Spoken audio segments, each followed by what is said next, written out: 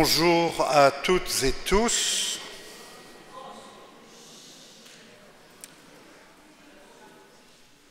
Vous avez fait le choix de venir cet après-midi en cette église Saint-Paul pour une rencontre de formation, de ressourcement des visiteurs de malades, des aumôniers d'hôpitaux, enfin de tous ceux qui veillent à ce que les plus fragilisés par la santé soient accompagnés dans notre doyenné du Tournaisis.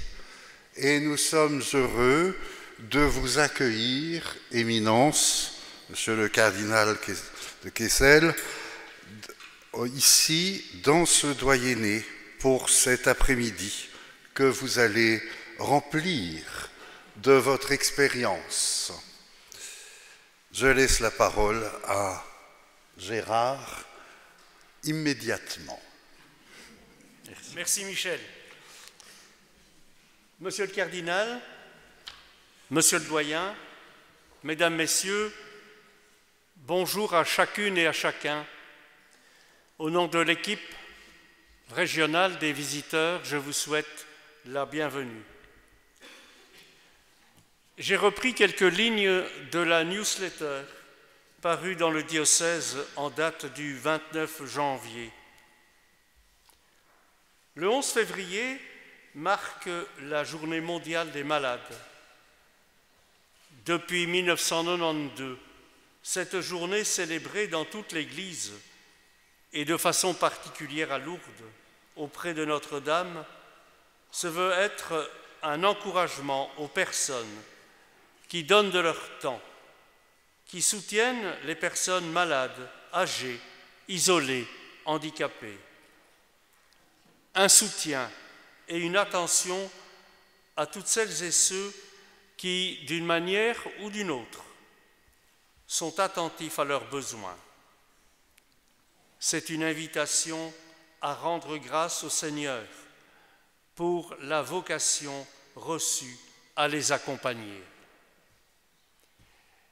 Et en cette année jubilaire, comme le pape François nous y invite, soyons des pèlerins d'espérance auprès de toutes les personnes que le Seigneur nous donnera de rencontrer, d'accompagner, de soutenir, de consoler. Et pour ce faire, demandons la grâce pour nous-mêmes d'abord, pouvoir accueillir l'espérance et la vivre dans nos vies, que nous portions ce germe d'espérance à plus loin que nous ensuite. Et le pape François, dans son message pour cette 33e journée, le pape François a choisi le verset de la lettre aux Romains. L'espérance ne déçoit pas. Au contraire, nous dit-il, elle nous rend forts dans la tribulation, dans toutes les circonstances de la vie, plus particulièrement la maladie, le handicap, la solitude, le grand âge. Nous ressentons le besoin d'un soutien plus grand que nous. Nous avons besoin de l'aide de Dieu.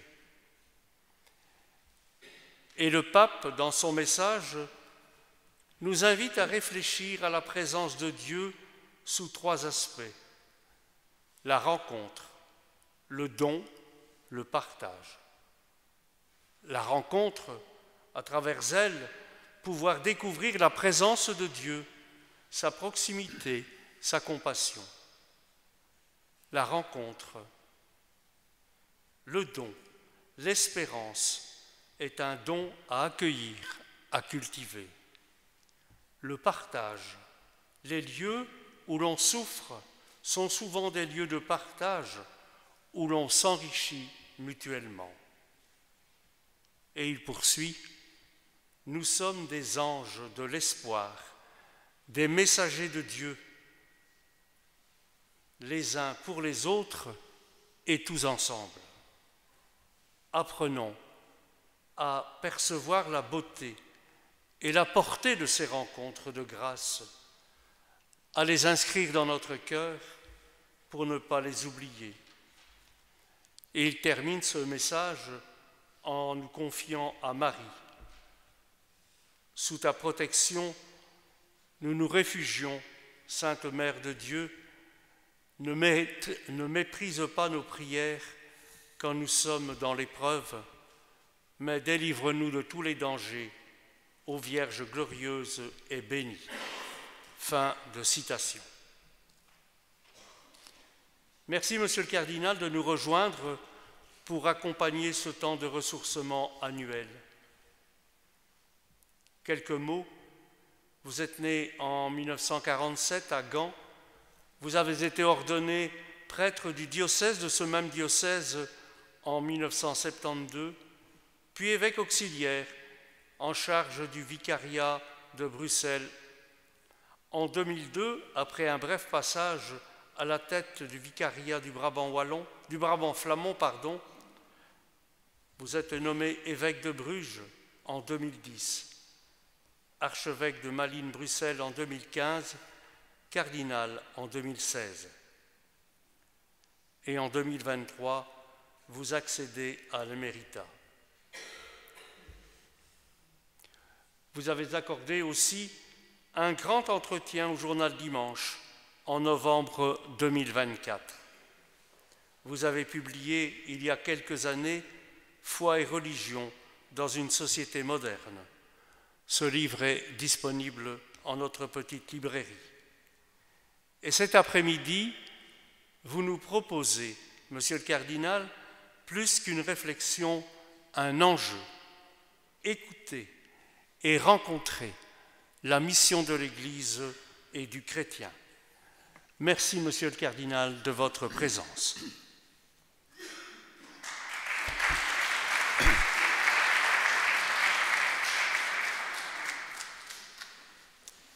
Cher Gérard, cher Monsieur le Doyen, Mesdames, Messieurs, chers amis, je vous souhaite aussi à mon tour la bienvenue. Et voilà, j'ai choisi comme thème ici écouter et rencontrer. Ce sont deux choses déjà tellement importantes au niveau purement humain. Rencontrer les autres, écouter et être écouté, c'est crucial pour l'homme, pour le malade bien sûr, mais pour tous. Et je vais vous montrer l'importance de l'écoute et de la rencontre, aussi bien pour l'Église elle-même. L'Église aussi doit apprendre à écouter. Et comme mission du chrétien. Donc, il y a deux mouvements dans mon intervention maintenant, et puis après la pause, je suppose, il y a encore quelques temps. Je vais parler de la mission de l'Église. L'Église qui est appelée à annoncer l'Évangile, à faire connaître Dieu. Mais vous savez, il y a beaucoup de problèmes aujourd'hui. C'est le pape François qui dit, plus d'une fois déjà, nous ne voulions pas une époque de changement, mais un changement d'époque. Nous ne vivons pas simplement un temps où il y a beaucoup de choses qui changent, mais c'est le temps même qui a changé. Nous vivons un autre monde. Et donc je vais montrer l'importance de l'écoute et de la rencontre. Donc les deux, la mission de l'Église et en deuxième lieu, l'importance de la rencontre et de l'écoute. Et donc je commence sur mon premier point. Je dis quelque chose sur la mission de l'Église. Quelle est sa mission? Pourquoi l'Église? La réponse à cette question est assez simple. L'Église est là pour faire connaître Dieu et son amour. C'est sa mission, de faire connaître. Car Dieu n'est pas un Dieu indifférent, mais il veut se faire connaître. Mais bien sûr, je ne sais pas si vous avez déjà réfléchi à ça, il ne nous a pas créés croyants. Ça aurait facilité beaucoup de problèmes pastoraux, non? Si dès la naissance, on est croyant. Il ne nous a pas créés croyants. Il nous a créés libres. C'est Tertullien, un ancien père de l'Église du IIe siècle, qui avait l'habitude de dire « On ne naît pas chrétien, on le devient. » On le devient, on ne naît pas chrétien.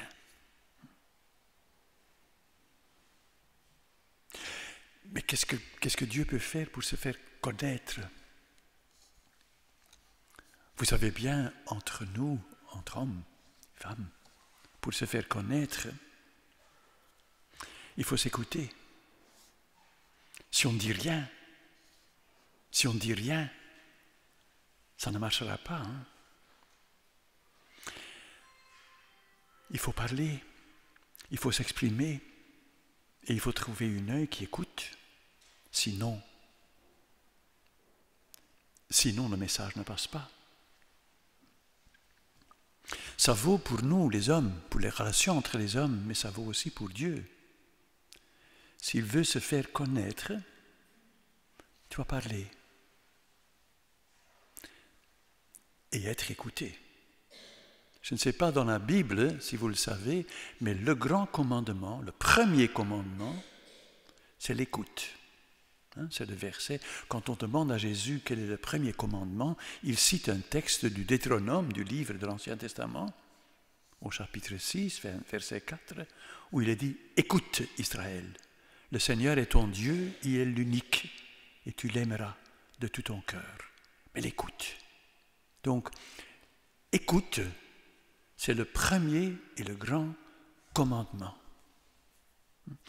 Je vais y revenir, par exemple, pour la visite des malades. La première chose à faire, c'est se taire et écouter. C'est l'écoute. Aussi, dans la prière avec Dieu, la première attitude, c'est celle de l'écoute. Écoute Israël. Et vous savez, se faire connaître est une chose très délicate. Il y a beaucoup de gens qui, après quelques mots ou après quelques rencontres, qui savent déjà qui je suis. Ils m'ont déjà dans leur poche. C'est déjà fait. Se faire connaître vraiment, c'est quelque chose de très délicat aussi pour Dieu. Parce que si Dieu veut se faire connaître,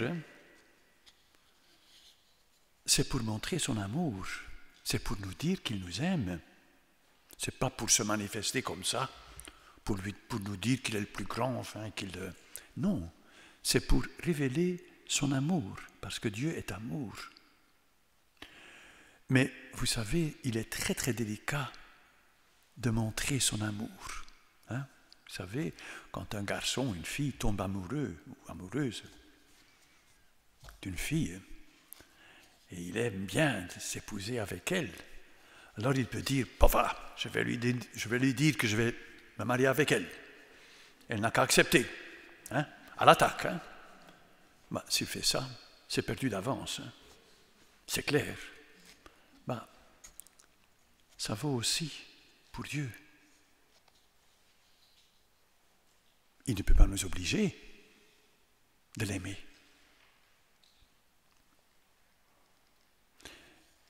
Et je pense que dans le passé aussi, l'Église ne l'a pas toujours bien compris. On a obligé.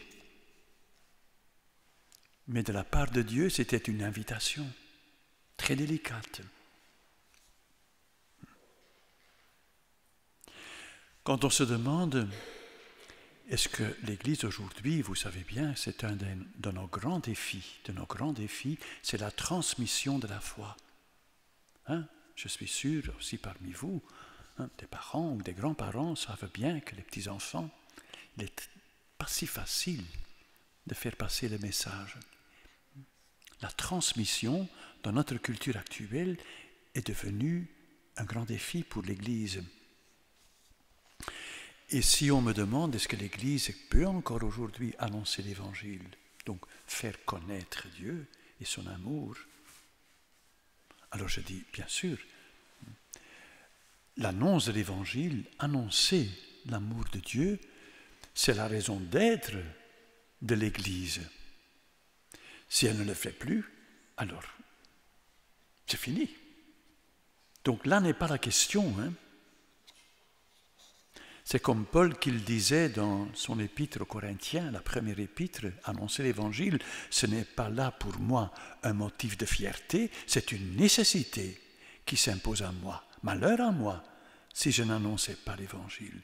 Aussi l'Église, elle est appelée, c'est pour ça qu'elle existe, pour annoncer l'Évangile, c'est-à-dire l'Évangile n'est pas d'abord une doctrine ou une morale, mais c'est l'annonce de l'amour de Dieu pour les hommes.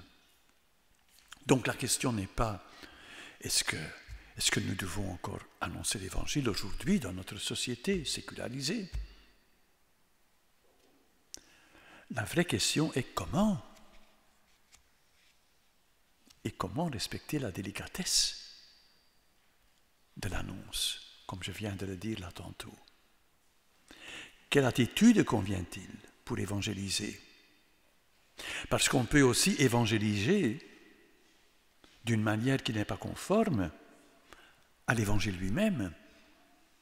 Et je viens de le dire, mais je le dis sans reproche, mais dans le passé, parfois, l'Église a été très exigeante pour les gens. Et donc je me demande quelle est l'attitude fondamentale dans l'annonce de l'Évangile. Une attitude qui est importante pour l'Église, qui est importante pour les chrétiens, et qui est importante, à mon avis aussi, je donnerai de temps en temps des exemples, pour ceux et celles qui visitent des hommes et des femmes qui sont malades. Parce qu'il y a un grand problème pour nous dans notre société moderne. Vous savez, notre société est construite sur la valeur de la tolérance et du respect de l'autre. Pas simplement la tolérance, que j'accepte que l'autre n'est pas comme moi, n'a pas les mêmes convictions, même pas les mêmes convictions religieuses. Nous vivons dans une société plurielle, pluraliste. Donc, il n'y a qu'un moyen de vivre ensemble dans la paix, c'est de se respecter. Et je dis, pas simplement se tolérer, parce que tolérer veut dire, je ne peux pas autrement, mais finalement, du moment que j'ai la possibilité, je vais quand même changer l'affaire. C'est plutôt une société qui est basée sur la valeur du respect réciproque et respect pour l'autre qui est autre que moi. Mais alors la question se pose si vraiment dans notre culture c'est une valeur de respecter la conviction de l'autre. Qu'est-ce que ça veut dire alors? Évangéliser, transmettre la foi. Dans le temps où on vivait dans une société chrétienne, c'était évident que les enfants recevaient l'Évangile. Mais aujourd'hui, quand on doit respecter l'autre, qu'est-ce que ça veut dire alors, annoncer l'Évangile? Voilà, les questions, c'est mon premier point, c'est un peu, je suis en train de poser des questions. Et puis après, je vais répondre, je vais essayer de répondre parce que je n'ai pas non plus des réponses toutes faites, évidemment. Mais il y a deux textes dans la Bible, dans le Nouveau Testament, qui m'inspirent beaucoup dans ma réflexion. Deux textes, je vais le dire. Le premier texte vient de l'Apocalypse, du dernier livre de la Bible. C'est au chapitre 3, le verset 20. Je vous lis le texte, c'est le Christ ressuscité, qui parle. Et il dit, « Voici que je me tiens à la porte et je frappe. Si quelqu'un entend ma voix et ouvre la porte, j'entrerai chez lui et je prendrai mon repas avec lui et lui avec moi. » Très beau texte, Il dit, je suis et je me tiens à la porte. Et je frappe, dit-il. Il est très poli, hein? Il n'ouvre pas, il ne force pas la porte, il frappe. Alors il dit, si quelqu'un entend ma voix, c'est pas sûr, hein? Il n'ouvre pas, il ne force pas, il frappe. Il y a toujours possible qu'on ne l'entend pas. Mais il dit, si quelqu'un entend ma voix, c'est pas évident, alors j'ouvre la porte. Seulement là. Et j'ouvre la porte et j'entrerai, et pas simplement pour dire bonjour et m'en aller, mais pour rester et prendre leur pas avec lui et lui avec moi. Ça, c'est le premier texte où vous avez bien senti le grand respect du Christ qui frappe, qui ne s'impose pas. Et l'autre texte, c'est dans la première épître de Pierre. C'est une lettre qui date probablement des années 80-90 du 1er siècle, donc des communautés chrétiennes qui vivaient dans l'actuelle Turquie. Et il écrit cette lettre, et à un certain moment, au chapitre 3, il dit, et il demande aux chrétiens, ce sont les premiers chrétiens là, dans cette région, alors il dit, soyez prêts à tout moment à présenter une défense devant quiconque vous demande de rendre raison de l'espérance qui est en vous. Donc il dit, tu dois toujours être prêt à faire compte de votre foi et de votre espérance, de dire que tu es chrétien. Mais il ajoute cette remarque, mais faites-le toujours avec douceur et respect. C'est très beau, hein? Avec douceur et respect. Encore une fois, cette même attitude, non pas en s'imposant, en disant que tu es beaucoup mieux que les autres, mais avec respect pour l'autre et avec douceur, avec humanité. Ce sont des choses aussi pour le visiteur de Manates qui sont importantes, mais aussi pour l'Église. Tout ce qu'elle dit, c'est avec respect qu'elle va faire ça. Pas en s'imposant, et avec douceur. Hein? C'est une belle attitude très humaine. Voilà. Donc ce sont deux textes, je ne vais plus parler de ces textes, mais vous voyez un peu quand je pose la question comment évangéliser, comment faire connaître Dieu dans notre société sécularisée basée sur la tolérance, comment faire, alors je répondais avec respect, avec douceur, en frappant, en ne s'imposant pas, en attendant, en écoutant. Voilà. Maintenant, c'est mon deuxième point, qui était un peu à titre d'introduction. Et mon deuxième point maintenant, c'est, je veux dire quelque chose sur la situation de l'Église. Donc, le pape François dit, nous vivons non seulement une époque de changement, il y a beaucoup de choses qui changent, mais nous vivons un changement d'époque. Alors je me demande en quel sens cette époque a changé. Quel est le cœur même et le fondement de ce changement? Alors, je vais faire ça brièvement. Nous avons vécu jusqu'aux années 50 du siècle passé, en même temps que beaucoup d'entre vous ont déjà connu, moi-même aussi, parce que vous avez entendu, je suis né en 1947. Mais on a vécu dans une culture chrétienne, dans un monde chrétien, dans une société chrétienne,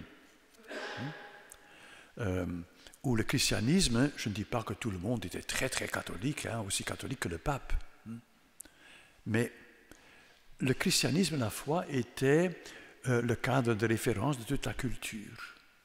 Tout était imprégné, la pensée, la morale, même le monde politique, même la société, le droit, tout cela était imprégné par la foi chrétienne.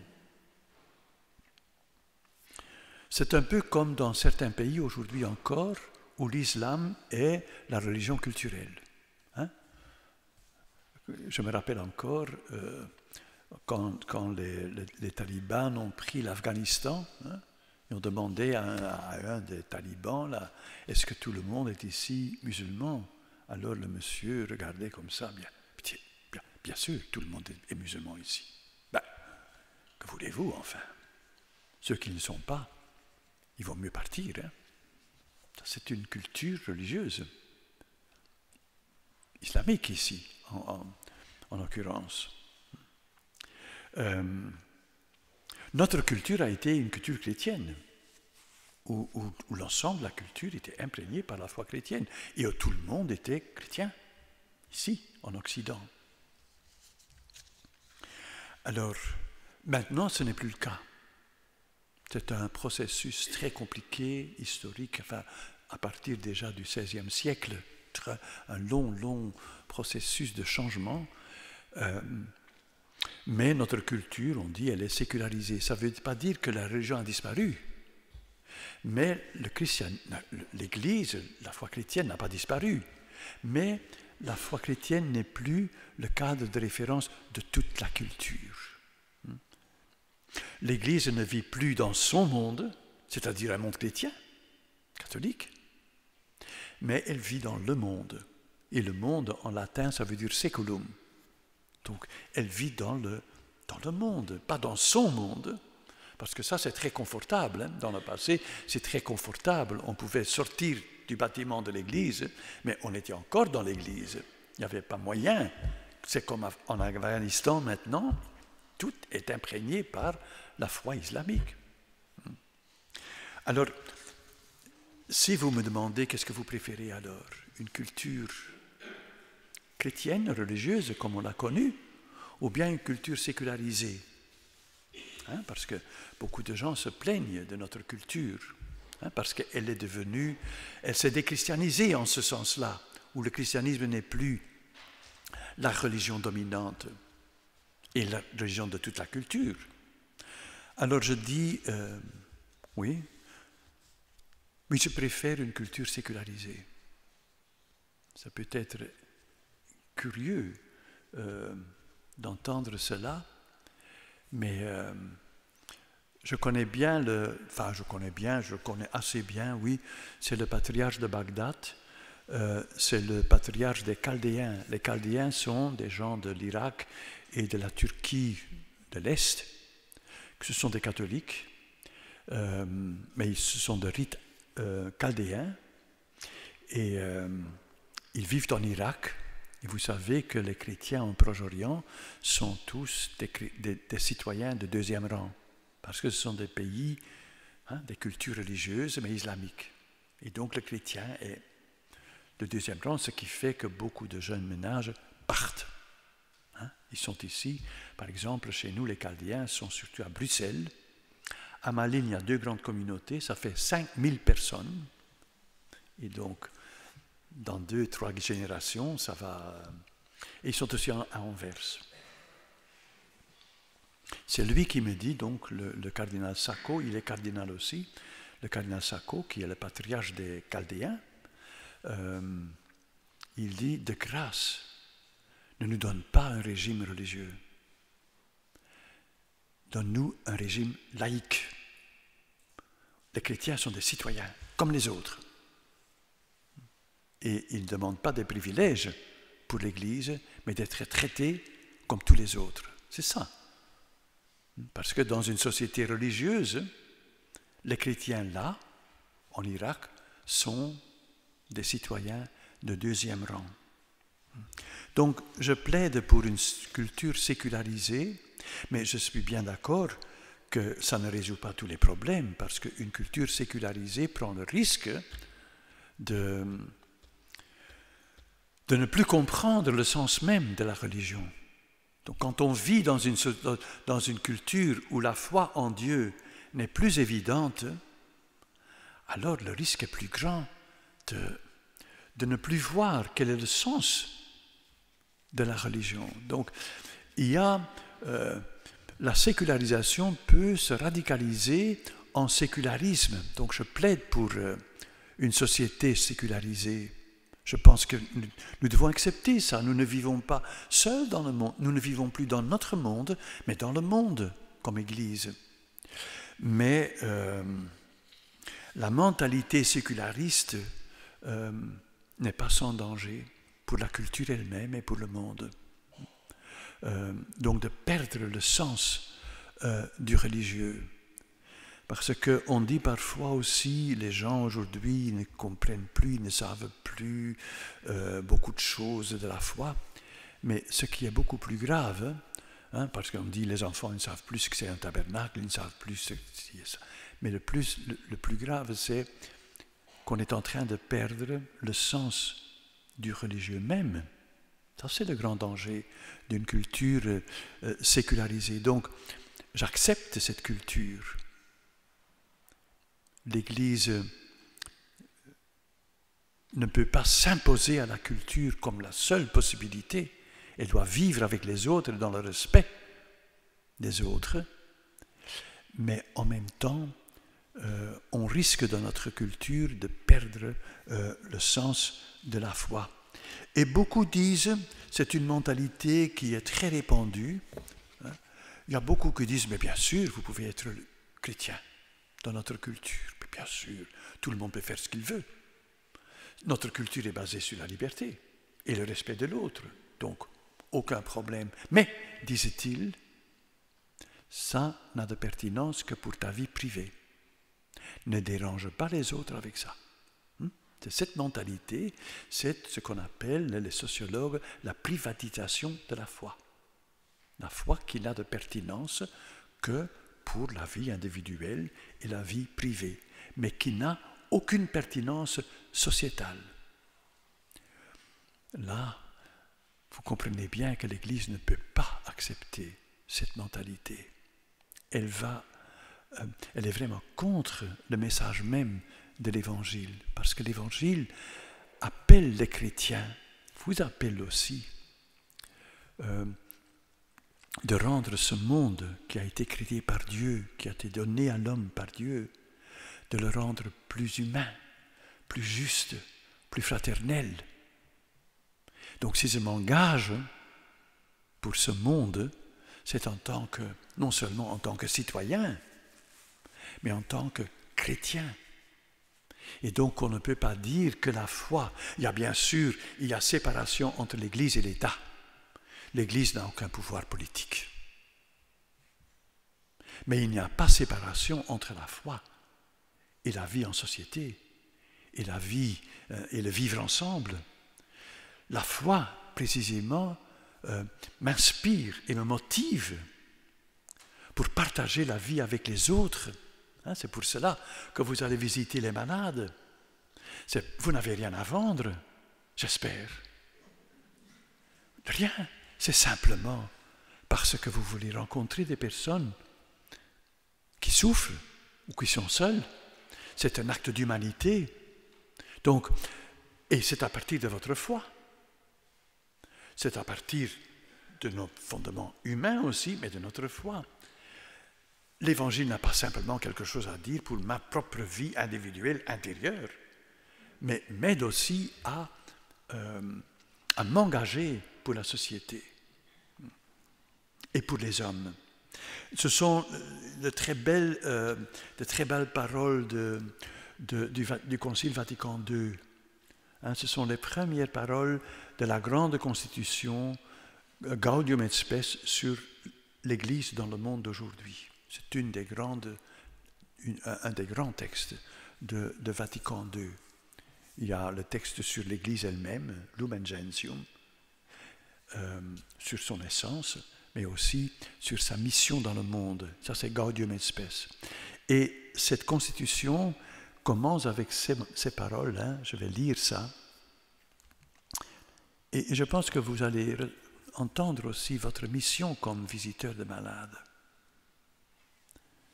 Les joies et les espoirs, les tristesses et les angoisses des hommes de ce temps, des pauvres surtout, et de tous ceux qui souffrent, sont aussi les joies et les espoirs, les tristesses et les angoisses des disciples du Christ. Il n'est rien de vraiment humain qui ne trouve écho dans leur cœur. L'Église se reconnaît donc réellement et intimement solidaire de l'humanité et de son histoire. C'est un très beau texte. Donc il dit, quand on voit cette mentalité d'une foi privatisée qui dit ça n'a rien à voir avec le monde, la foi avec l'engagement dans le monde, c'est simplement une conviction personnelle pour toi, pour ta vie privée. Mais non, l'Église est intimement liée au monde. L'Église, le pape François le dit plus d'une fois, l'Église ne peut pas se replier sur elle-même, ne peut pas vivre dans son monde à elle, s'enfermer dans son monde, mais elle doit s'ouvrir au monde et partager les joies, oui, et les espérances des hommes d'aujourd'hui, mais aussi partager les souffrances, les tristesses, les angoisses. Donc, ces espérances et ces joies, mais aussi ces angoisses et ces tristesses sont aussi les joies, mais aussi les tristesses des disciples du Christ. L'Église est intimement liée au sort et à l'histoire de l'humanité. Il n'y a pas de séparation. Il y a séparation entre l'Église et l'État, mais il n'y a pas séparation entre l'Église et le monde. Le monde le Christ a été envoyé par Dieu en signe de son amour pour ce monde et pas uniquement pour l'Église. Il a donné sa vie pour ce monde et pas uniquement pour l'Église, pour nous. Nous, l'Église, nous sommes signes de cet amour de Dieu pour tous les hommes. Et donc l'Église ne peut pas perdre ce lien avec les joies et les espérances, mais aussi avec les souffrances et les angoisses parfois. Parce que je pense que vous pouvez aussi visiter des personnes qui sont en fin de vie, mais qui vivent dans l'angoisse aussi. Il est très important à ce moment-là de ne pas être seul, de sentir qu'on n'est pas abandonné, qu'il y a des gens qui souffrent avec nous, pas pour expliquer les choses et pour dire un petit mot. Parfois, il faut se taire à ce moment-là, parce qu'on peut dire des bêtises à ce moment-là. Le danger est réel, mais qui n'aide pas les personnes, mais d'être là. Voilà. Donc, vous voyez, c'est mon deuxième point, c'est l'Église qui vit dans un monde, qui ne vit plus dans son monde. L'Église, nous ne vivons plus dans une culture religieuse chrétienne comme dans le passé, mais c'est une Église qui veut quand même être présent au monde. Et mon point suivant, je donne quelques conséquences de ça, quelques conséquences. Ce qui a changé pour nous, le premier changement, ce qui a changé, c'est le rapport entre l'Église et le monde. Vous comprenez, chers amis, quand l'Église et quand le christianisme, la foi chrétienne, quand elle est religion culturelle, c'est-à-dire la religion de toute la culture, comme ça a été pendant des siècles ici en Occident, comme l'islam est encore dans certains pays aujourd'hui. Mais si la foi chrétienne et le christianisme est la religion culturelle, l'Église et le monde coïncident. Ce ne sont pas deux choses différentes. L'Église est le monde est l'Église. On ne peut pas sortir de l'Église, mais on est toujours dans l'Église parce qu'on vit dans un monde chrétien. Comme beaucoup de musulmans aujourd'hui vivent ou veulent encore continuer à vivre dans un pays musulman, dans une culture musulmane. Je pense qu'il est de notre devoir d'accueillir les musulmans chez nous, à une condition qu'ils n'ont pas l'intention de faire de cette société une société religieuse musulmane. Ah non. Vous voyez, pour pouvoir justement, pour pouvoir vivre dans le respect de l'autre et de s'accepter et de se tolérer. Mais aujourd'hui, l'Église n'est plus le monde. Elle ne coïncide plus avec la société en tant que telle. L'Église, le monde est beaucoup plus grand que l'Église.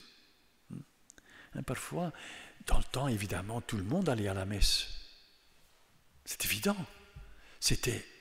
Je ne dis pas que c'était simplement pour des raisons culturelles, mais on vivait dans un monde chrétien. Et donc, la foi chrétienne appartenait à la culture elle-même. Donc je viens de le dire au début, la morale, la pensée, etc., était imprégnée par le christianisme. Donc, il faut pas.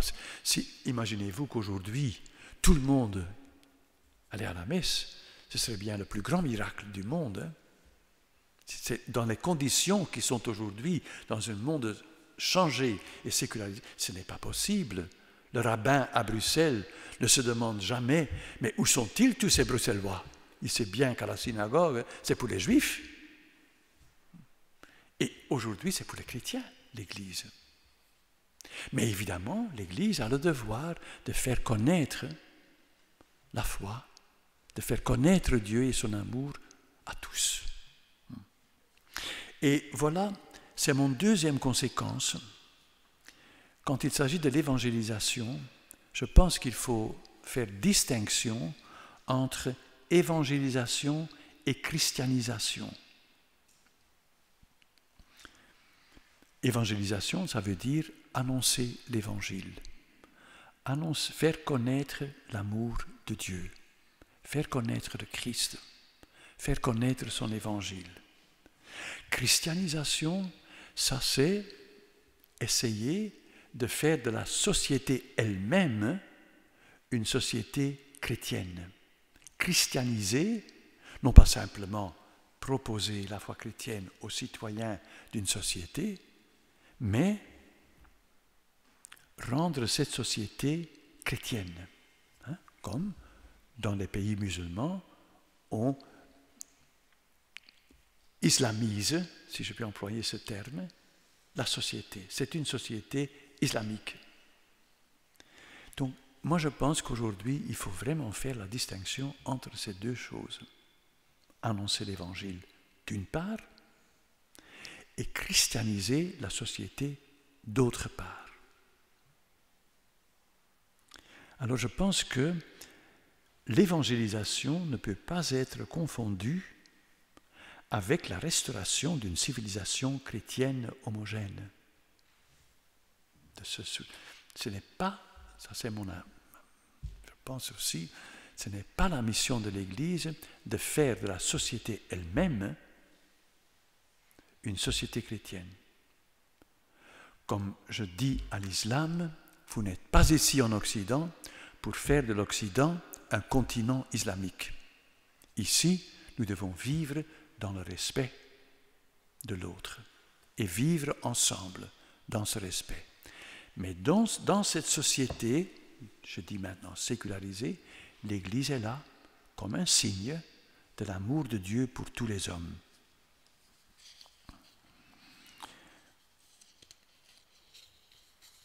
Imaginez-vous que notre souci, le souci de l'Église, mais ce serait aussi impossible de le faire, mais imaginez-vous que c'est ça,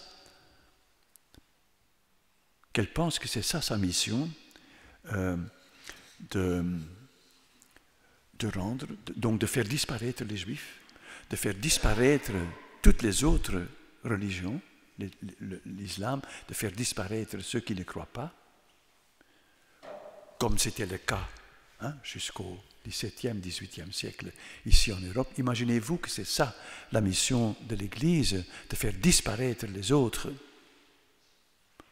Vous savez que nous perdrons toute crédibilité si c'est ça notre intention. Nous ne sommes pas là, l'Église n'est pas là pour faire disparaître les autres, pour que tout le monde soit comme nous. Ce n'est pas la mission de l'Église. L'Église n'est pas appelée à englober progressivement l'ensemble de la population. Il faut accepter ça. L'Église, c'est le peuple de Dieu, c'est la communauté autour du Christ qui vit dans le monde et qui est un signe pour ce monde, qui est un signe de l'amour de Dieu pour ce monde et pour tous les hommes. Mais la coïncidence entre l'Église et le monde n'est pas une réalité historique, ce n'est pas ce n'est pas l'Église qui va réaliser cela. D'ailleurs, elle n'a pas le moyen pour le faire, mais ce n'est même pas son objectif, sinon ce serait dire qu'elle travaille à la disparition de tous les autres, pour qu'elle soit elle seule et qu'il n'y avait plus personne à côté d'elle. Ce n'est pas sa mission. Ce n'est pas sa mission. C'est le pape François qui a dit, quand il a visité, il est allé au Maroc en 2019. Il est allé au Maroc. Le Maroc est un pays musulman. Je ne sais pas, là c'est un exemple clair d'une société religieuse, c'est un pays musulman. Je ne sais pas si vous le savez, mais il n'y a aucun chrétien marocain. C'est défendu par la loi. On ne peut pas être chrétien et marocain, parce que le Maroc est un pays islamique. C'est ça, c'était au XVe siècle chez nous, c'était la même chose. On ne pouvait pas être ici sans être chrétien. Et j'ai été moi-même une fois au Maroc avec une délégation juive et protestante et catholique, du temps que j'étais déjà à Malines, et j'ai rencontré là l'archevêque de Rabat, qui était un Français, et il me l'a dit lui-même, moi je ne baptise jamais quelqu'un ici, jamais. D'ailleurs, ce n'est pas permis. Et si un musulman qui se convertit, je lui demande d'aller à l'étranger pour se faire baptiser, mais pas à moi. Je ne peux pas. Hein, vous voyez ce que ça veut dire une société religieuse, islamique en l'occurrence. Alors le pape là, c'est là qu'il a dit, je ne dis pas ça contre l'islam, hein, je ne veux absolument pas, hein, absolument pas, parce que l'évêque là avait de très bons contacts avec les musulmans, mais sa pastorale était très limitée, très limitée. Il était très contrôlé. De même, par exemple, c'est un Belge qui est devenu cardinal, vous le savez peut-être, hein, c'est un Dominique Mathieu qui est archevêque de Téhéran, en Iran. C'est un pays islamique, hein, donc il est encore plus contrôlé, hein, lui.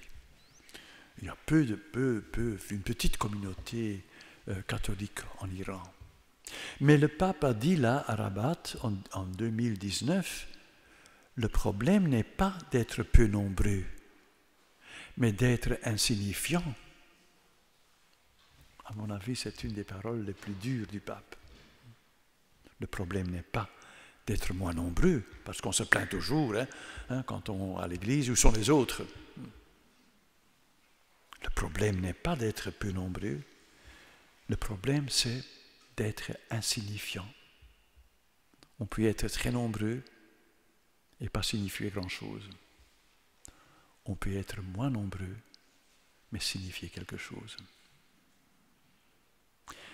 Et alors il continue, je pense que la préoccupation surgit quand nous chrétiens, nous sommes harcelés par la pensée de pouvoir être signifiants seulement si nous sommes une masse et si nous occupons tous les espaces, occuper tous les espaces. Ce n'est pas la mission de l'Église. Mais sa mission est d'être présent dans le monde. Présent dans le monde. Je ne sais pas, je ne connais pas l'horaire, mais est-ce que je suis arrivé au moment d'arrêter ou non? Plus ou moins. Je vais encore oui, puis 5 minutes, hein, comme ça, oui. Donc je dis, c'est pas la mission de l'Église d'occuper tous les espaces. Il y en a d'autres à côté de nous. Mais quel est alors son rapport au monde?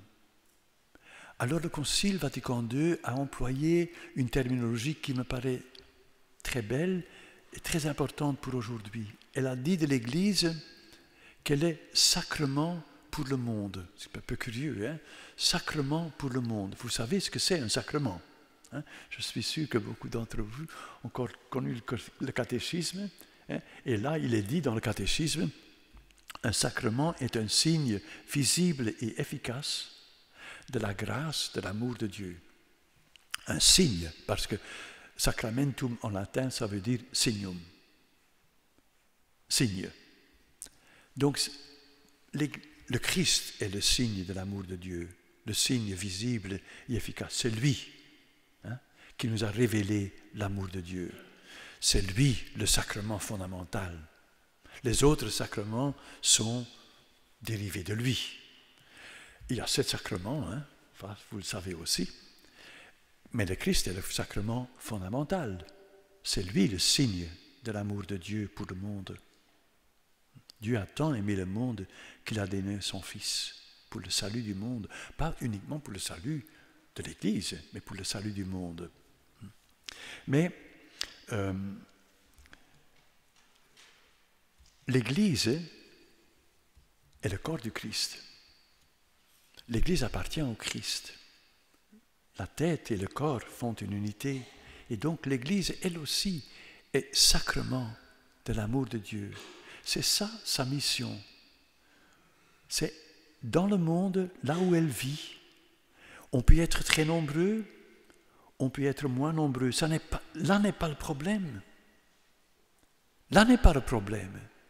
Mais là où on vit, d'être sacrement de Dieu, signe de l'amour de Dieu. C'est aussi la mission de visiteur de malades. Être signe. Ce n'est pas simplement, j'y reviens dans la deuxième partie, pour convaincre l'autre. Vous n'êtes pas là pour des raisons de prosélytisme, c'est-à-dire de convertir l'autre. Mais tu es là pour être présent. Comme l'Église est là pour être présent au monde. Et dans ce qu'elle dit, dans ce qu'elle fait, dans les engagements qu'elle prend sur elle, d'être un signe visible et efficace. Un signe qui fait ce qu'il signifie. Qui signifie, c'est un signe de la présence et de l'amour de Dieu pour les hommes. L'Église n'est pas l'ensemble des nations. L'Église est le peuple de Dieu.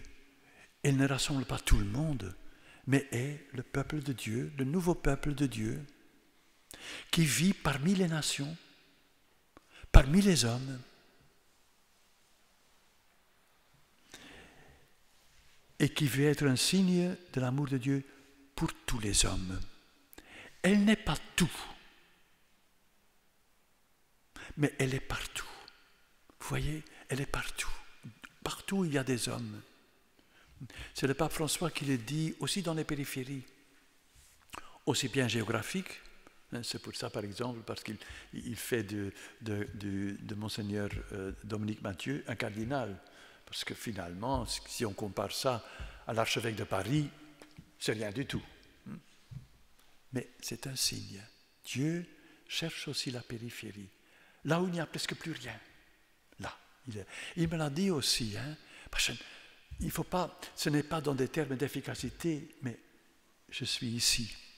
Il a interviewé dans Dimanche, je ne sais pas si vous avez lu, mais dans Dimanche, il y a la semaine passée, un bel interview avec lui, où il dit, moi, si je suis ici pour qu'il y ait une porte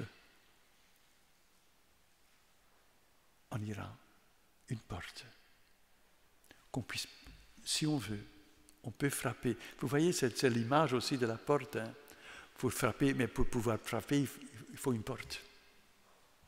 Ce n'est pas pour s'imposer, mais d'être là. Et une porte ouverte. Donc,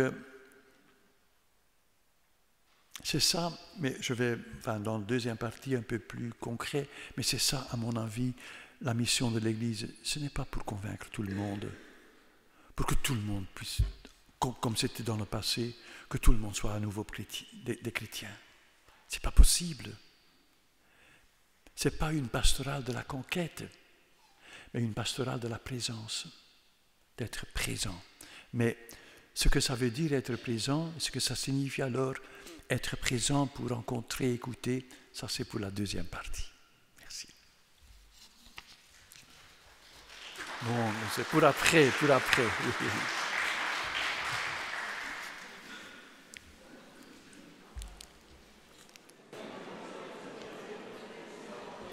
Voilà, nous reprenons à l'instant. Merci. Voilà, chers amis, on va continuer. Donc, à la fin de la première partie, je vous ai parlé du rapport de l'Église au monde, que l'Église ne vit pas dans son monde et qu'elle vit dans le monde et qu'elle y vit comme signe, comme sacrement de l'amour de Dieu pour ce monde. Et j'ai fait la distinction entre l'annonce de l'Évangile et la christianisation de la société. Et je voudrais vous donner un exemple. Dieu veut se faire connaître. Il ne veut pas s'imposer. Et j'ai dit au début, dire son amour pour quelqu'un, c'est toujours une chose délicate. Il faut le faire avec respect et douceur, comme on lit dans la première épître de Pierre. Il faut frapper doucement, essayer, comme j'ai donné l'exemple des amoureux. C'est une chose délicate. Et c'est pour cela que Dieu a besoin de son Église. Dieu veut, dans son monde, dans le monde qu'il a créé, il veut des communautés qui vivent de sa parole, qui écoutent sa parole, qui célèbrent son amour, qui sont conscients de son amour, qui connaissent Dieu, qui célèbrent la liturgie, et des communautés où vit aussi la fraternité et la solidarité. Je vais un peu vite maintenant, mais ce sont les 3 grandes missions de l'Église. L'écoute de la parole, la célébration de l'alliance de Dieu avec nous, la célébration de son amour dans la liturgie, et puis une vie dans la fraternité et dans la solidarité. C'est ça la mission de l'Église. Et je le répète encore une fois, on peut être nombreux, et c'est une très bonne chose, ou on peut être moins nombreux, mais ça ne diminue en rien notre mission. Et je vous donne un exemple que vous connaissez probablement. Peut-être que beaucoup d'entre vous ont vu le film des hommes et des dieux sur la communauté des trappistes de Tibérine. C'est une petite communauté. D'ailleurs, ils ont été martyrisés après. Vous connaissez l'histoire. Je vais vous raconter. Donc, on voit dans ce film cette petite communauté. Elles sont en Algérie, dans un pays musulman. Ils sont, je ne sais pas, ils sont 7-8. Et ils vivent là, au milieu des musulmans. Ils vivent la vie d'un trappiste, d'un monastère. Ils vivent de l'écoute de la parole de Dieu, de la prière, du travail de leurs mains, de la liturgie. Dans le film, c'est très beau. Je me rappelle quand j'étais au cinéma, j'étais encore évêque de Bruges, et tout près de chez moi, il y avait un cinéma, la lumière, et donc à 5 minutes à pied. Et je me rappelle encore que même pendant les séances où les moines priaient, la liturgie, la salle était vraiment touchée. C'était, on comprenait ce qui se passait là-bas. Et mais ils ont la vie des trappistes, la prière et la liturgie, la fraternité,